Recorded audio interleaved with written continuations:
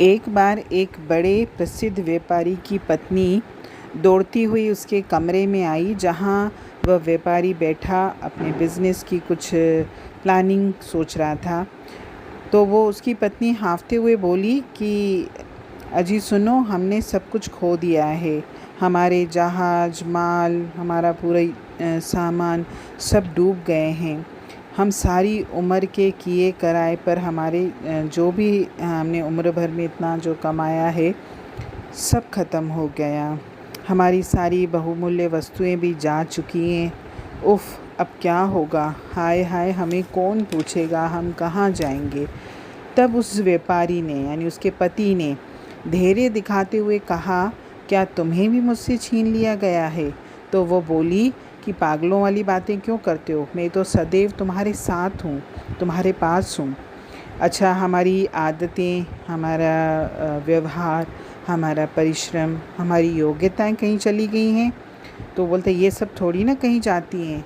तो फिर वो व्यापारी बोलता है, तब तो तुमको निराश होने की बिल्कुल भी आवश्यकता नहीं है, क्योंकि संसार की सर्वश्रेष्ठ विभूतियाँ आशावादिता, स्वास्थ्य, उत्साह, परिश्रम, प्रेम, व्यवहार अब भी हमारे पास है। तो हम शीघ्र ही सब कुछ जो भी हमने अभी खोया है वापस प्राप्त कर लेंगे, तुम धैर्य रखो। और कहते हैं कि कुछ सालों के बाद उसका घर वापस उसी धन धान्य से परिपूर्ण हो गया। और जब उनसे सफलता का रहस्य पूछा गया तो उन्होंने कहा, मैं कभी भी आशा नहीं छोड़ता, विपत्ति के काले बादलों से चिंतित नहीं होता, बल्कि हंसते हंसते उनका सामना करता हूँ। कठिनाई आने से निराशा का चिन्ह कभी भी अपने मुखमंडल पर नहीं दिखाता। और जो लोग कठिनाई आने पर, विपत्ति आने पर अपनी भावों को यानी निराशा के भाव को अपने चेहरे पर दिखाते हैं, तो अच्छे से अच्छा मनुष्य भी जीवन में आगे नहीं बढ़ सकता। इस संसार में बहुत सारे लोग ऐसे हैं जो थोड़ी सी कठिनाई आने पर भी अस्त व्यस्त हो जाते हैं, घबराने लगते हैं, ठोकर पर ठोकर खाते हैं और निराशा उनके जीवन को भार बना देती है। हमारी असफलताएं और निराशा के विचार, ये दोनों का कनेक्शन है। यानी अगर हम निराशा भरी बातें करेंगे या निराशा के विचार ही अपने अंतर में रखेंगे तो हमारे जीवन में असफलताएं ही आएंगी। अपने भयपूर्ण कल्पनाओं और जो भी हमारी अयोग्य भद्र बातें हैं या जो हमारे विचार हैं, ये सब हमारी असफलताओं के कारण बनते हैं। यदि हम अपनी कल्पना में उत्तम वस्तुओं का विचार करें और चिंता, दुर्बलता, निराशा के विचारों को हटाकर आशा और हिम्मत के विचार रखें, तो हमारे जीवन में एक आनंद सा भर जाएगा।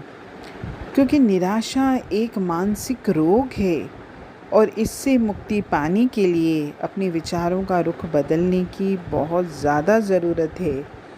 धीरे धीरे अपने हृदय में नाउम्मीदों, कमजोरियों, निराशा के भावों के स्थान पर साहस, हिम्मत, सफलता और आशा के उत्साहवर्धक भावों को जमाना चाहिए।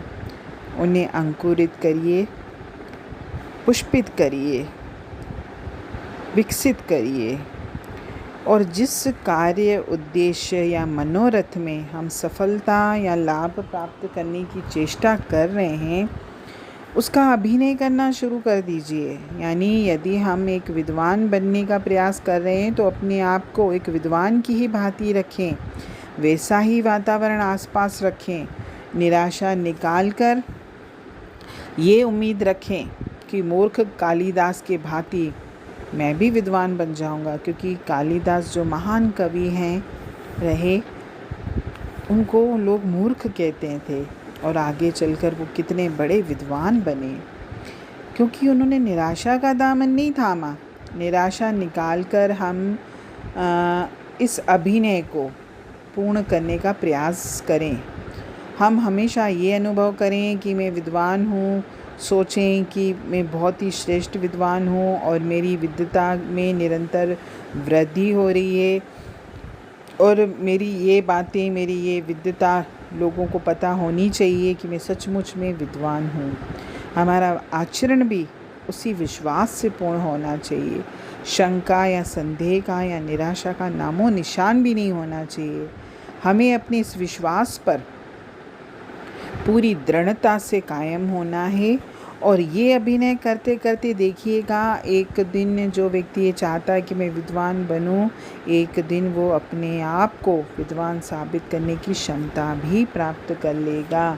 ये होती है आशावादिता की, आशापूर्ण विचारों की महिमा।